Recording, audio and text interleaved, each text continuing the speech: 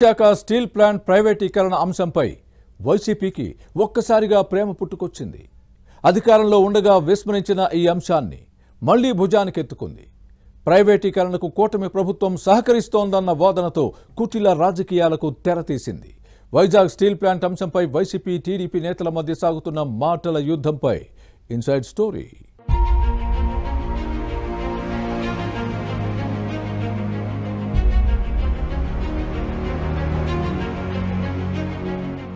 ఏ ఎంటకా గొడుగు పట్టడంలో వైసీపీ నేతలది అందవేసిన చేయి.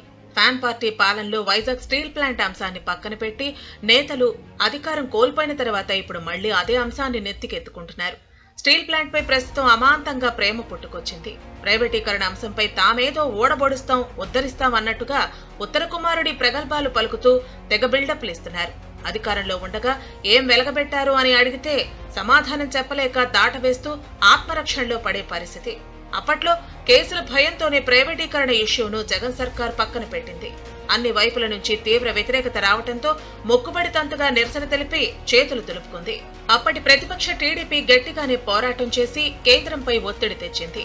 గంటా శ్రీనివాసరావు ఎమ్మెల్యే పదవికి రాజీనామా చేశారు. ప్రైవేటీకరణకు వ్యతిరేకంగా ఉక్కు కార్మికులు ఇప్పటికే అలుపెరగని పోరాటం చేస్తూనే ఉన్నారు.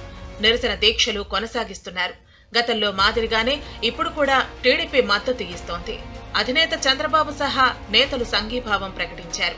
పార్టీ రాష్ట్ర అధ్యక్షుడు పల్లా శ్రీనివాసరావు, విశాఖ ఎంపీ శ్రీభరత్ ఇటీవల కార్మికుల ఉద్యమానికి మద్దతు ప్రకటించి స్టీల్ ప్లాంట్ ను కాపాడతామని హామీ ఇచ్చారు. కానీ వైసీపీ అధినేత జగన్ కానీ ఆ పార్టీ నేతలు కూడా దీక్షా శిబిరానికి వచ్చి సంఘీభావం ప్రకటించకపోవటం విమర్శలకు తావిస్తోంది.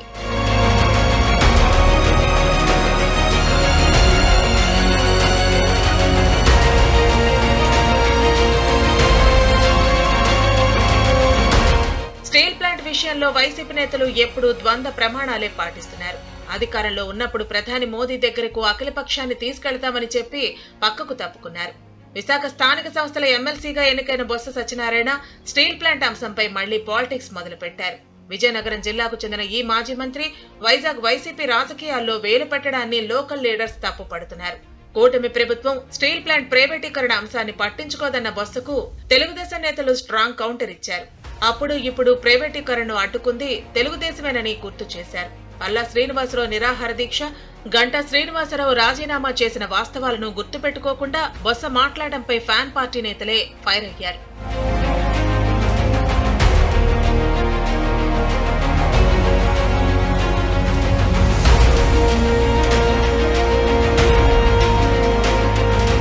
ప్రైవేటీకరణను అడ్డుకునేందుకు 5 ఏళ్లలో వైసీపీ ఏం చేసిందో చెప్పాలన్న టీడీపీ నేతల డిమాండ్ ఫ్యాన్ పార్టీ నేతలను ఆత్మరక్షణలోకి నెట్టింది. వేలాది మంది కార్మికుల ఉపాధితో ముడిపడి ఉన్న ఈ అంశంపై ఇప్పుడు సైకిల్, ఫ్యాన్ పార్టీల నేతల మధ్య మాటల యుద్ధం సాగుతోంది. వాజ్పేయి ప్రధానిగా ఉన్నప్పుడు స్టీల్ ప్లాంట్ పెట్టుబడుల ఉపసంహరణ ప్రతిపాదన వచ్చింది. కానీ అప్పట్లో కేంద్ర ప్రభుత్వంలో భాగస్వామిగా ఉన్న తెలుగుదేశం దీన్ని అడ్డుకుంది. కేంద్రంలో ప్రస్తుతం ఉక్కు శాఖ మంత్రిగా బాధ్యతలు నిర్వహిస్తున్న కుమారస్వామి ఇటీవల స్టీల్ ప్లాంట్ ను సందర్శించినప్పుడు ప్రైవేటీకరణ జరగదని హామీ ఇప్పించింది కూడా తెలుగుదేశమే. కానీ వైసీపీ నేతలు మాత్రం దీన్ని రాజకీయం చేస్తున్నారు. ఇలాంటి చౌకబారు పాలిటిక్సే ఎన్నికల్లో వైసీపీ కొంప ముంచాయి. 2019 ఎన్నికల్లో 151 సీట్లు ఇచ్చిన ప్రజలు ఈసారి 11 స్థానాలకే పరిమితం చేసినా ఫ్యాన్ పార్టీ నేతలకు బుద్ధి రాలేదు. మొత్తం మీద స్టీల్ ప్లాంట్ అంశం ద్వారా రాజకీయ లబ్ధి పొందాలనుకున్న వైసీపీకి టీడీపీ స్ట్రాంగ్ కౌంటర్ తో ఫ్యాన్ పార్టీ నేతల మతిపోయినట్టు అయింది.